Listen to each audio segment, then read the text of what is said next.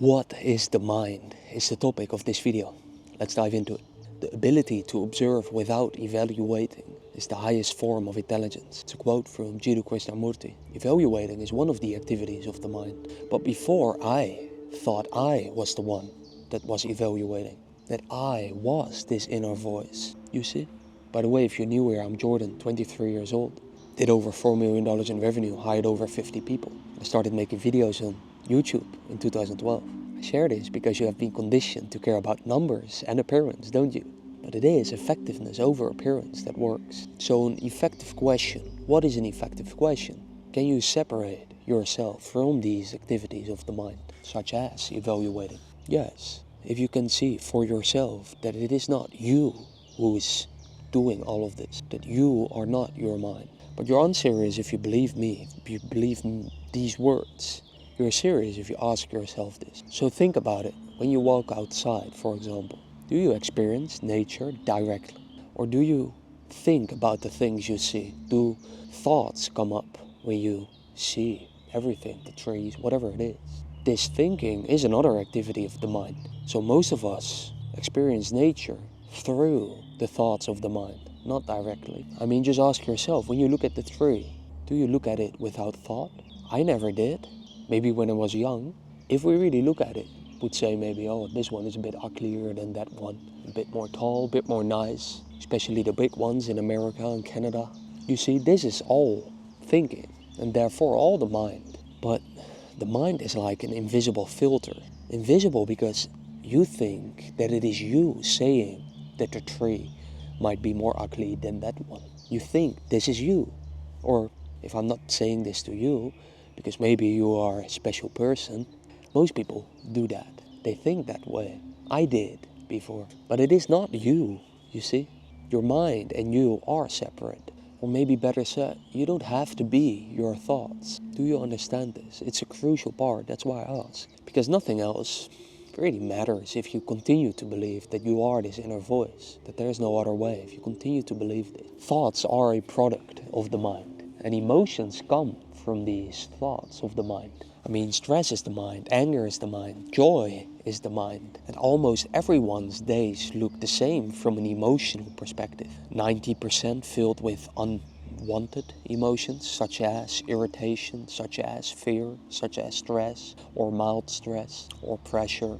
And 10% wanted emotions. It's not about these percentages or whatever it is, but most of the days are not filled with positivity, right? I mean, just ask yourself, do you feel happy right now? I mean, ask yourself, you don't feel happy that often, right? But how is this possible if we don't want to feel all these negative emotions? Possibly because we consider them normal, a normal part of life now. After all, everyone feels this way, right? So if everyone is mentally ill, we think it is normal. This is true. This is what happens with almost anything that starts to become normal, well spread. Or maybe more importantly, what I've already said, that we really believe now that we are this voice inside of our head, which is the root of all of these unwanted emotions. But is it? Or is this a belief?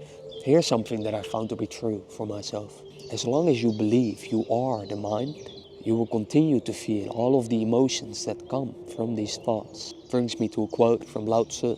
To the mind that is still, the whole universe surrenders. And I have not found one person in the self-improvement space who gives you nothing but practices to improve your mind, your state of mind. But do you see that this will always keep the mind alive?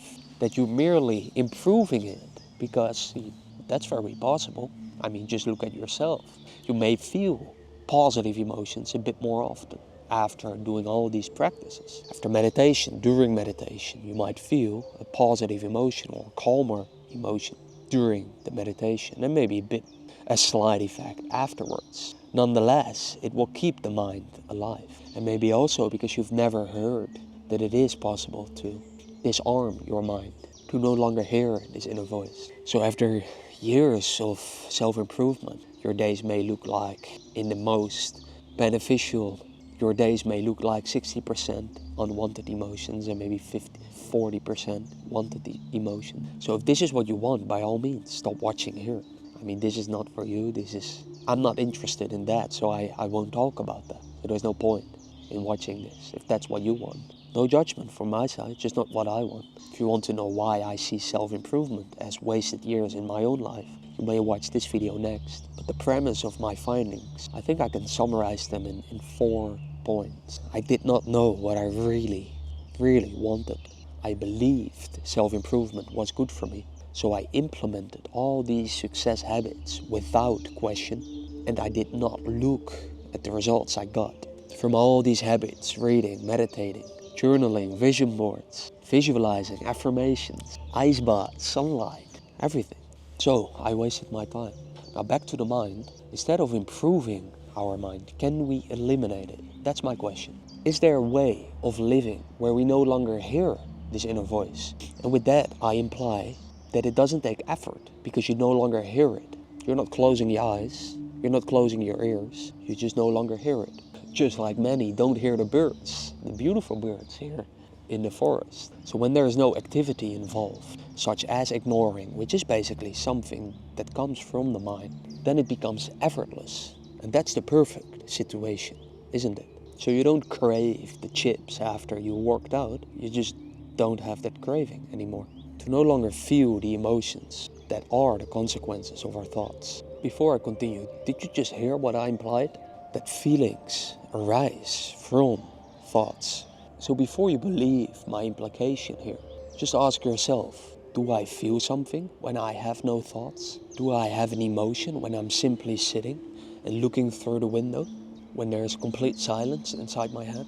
If you only feel an emotion when there are thoughts, and if thoughts are coming from the mind, then to no longer feel all these emotions, we must silence the mind, right? So how can we do this? How can we catch the mind and put duct tape on it? Well, we must know where it is, right? And the mind is very good at hiding, because most of the times you believe it is you, this voice, that may be speaking right now. So first you must understand that it is not you. Understanding is the way. So do you understand that you are not this voice inside of your head? When you really understand this, you start to recognize this voice more often. Because so far you weren't aware that often of this voice, right? It's just there. Like right now, I have to put almost an effort to hear the birds. You have to put effort into hearing your own voice, your inner voice, which is not you. So you start to become aware when it speaks. And when you do, you can start to find the place from where this voice comes from. You can get closer and closer the more you understand. And the most effective way to understand more is to want to understand. I mean, how much did you remember from or still understand from the school lectures back then? Or even after a day of the school lecture, or even a week, because you did not care, right? So do you care about this? That's my question to you. And if you didn't ask yourself any questions from this video, then you may ask only this one. What do you really care about? And if you do care about this, you may follow me to hear more of my understanding of my own mind, so you can start to understand yours better. Talk soon. Only the serious person may check the show notes, and to the unserious one, here's a poem about the essence of this video. Because you love to be distracted while not asking yourself any questions, don't you?